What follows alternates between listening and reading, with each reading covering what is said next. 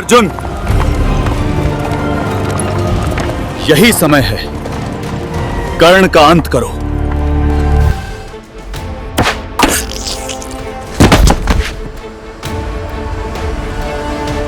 कभी कभी जीवन में किस्मत हमें वो नहीं देती जिसके हम हकदार होते, पर जो इंसान अपने कर्मों से अपनी पहचान बनाता है वही सच में महान कहलाता है। और एक ऐसा ही नाम है दानवीर कर्ण।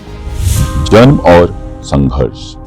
सूर्यदेव और कुंती के पुत्र कर्ण का जन्म विवाह से पहले हुआ था। समाज के डर से कुंती ने उस नवजात को टोकरी में रखकर नदी में बहा दिया। किस्मत ने उसका आरंभ ही त्याग से लिखा था। नदी ने उसे अधिरथ और राधा के पास पहुंचा दिया, जहां से शुरू हुआ एक ऐसे योद्धा का जीवन जो जन्म से नहीं कर्म से महान बना।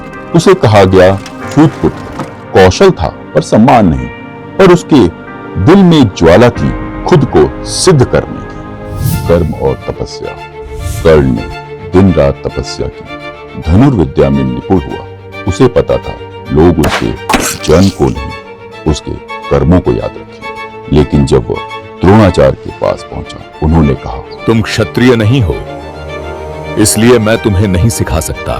पर जो खुद अपनी मंजिल रचता है उसे कोई बाधा नहीं रोक सकती। अपमान से आहत कर्ण ने प्रण लिया, मैं किसी भी कीमत पर सर्वश्रेष्ठ धनुर्धर बनूंगा। फिर वह पहुंचा भगवान परशुराम के पास और स्वयं को ब्राह्मण बताकर उसने दिव्य अस्त्र शस्त्रों का ज्ञान प्राप्त किया। पर जब भगवान परशुराम को सच्चाई पता चली, तब उन्होंने श्राप दिया। कर्ण, युद्ध के सबसे कठिन क्षण में जब तुम्हें अपने ज्ञान की सबसे अधिक आवश्यकता होगी, तभी तुम उसे भूल जाओगे। मित्रता और वफादारी। जीवन के हर मोड़ पर अपमान सहने वाले कर्ण को पहली बार सम्मान मिला दुर्योधन से। दुर्योधन ने उसे मित्रता दी और अंग देश का राजा बना। कर्ण ने कहा, जिसने मुझे मान दिया मैं उसके साथ मृत्यु तक रहूंगा। यहीं से शुरू हुई वे मित्रता जिसने कर्ण को महान बना, और अंत में उसी ने उसका पतन भी लिखा। दान और आदर्श।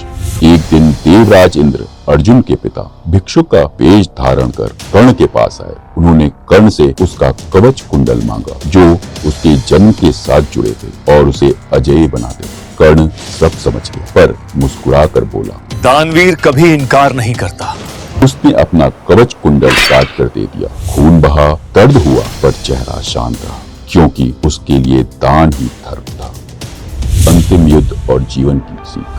महाभारत की युद्ध में जब अर्जुन के सामने खड़ा हुआ, कर्ण का रथ धंस गया और उसे याददाश्त भूल गई, ठीक वैसे ही जैसा परशुराम ने श्राप दिया था। भगवान श्री कृष्ण ने तब अर्जुन से कहा, अर्जुन,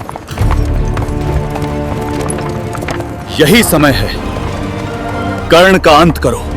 अर्जुन ने बाण चलाया और सूर्यपुत्र कर्ण धरती पर गिरा। उसने मरते वक्त भगवान श्री कृष्ण से बोला, भगवान, मैंने किसी से कुछ छीना नहीं, सिर्फ दिया है।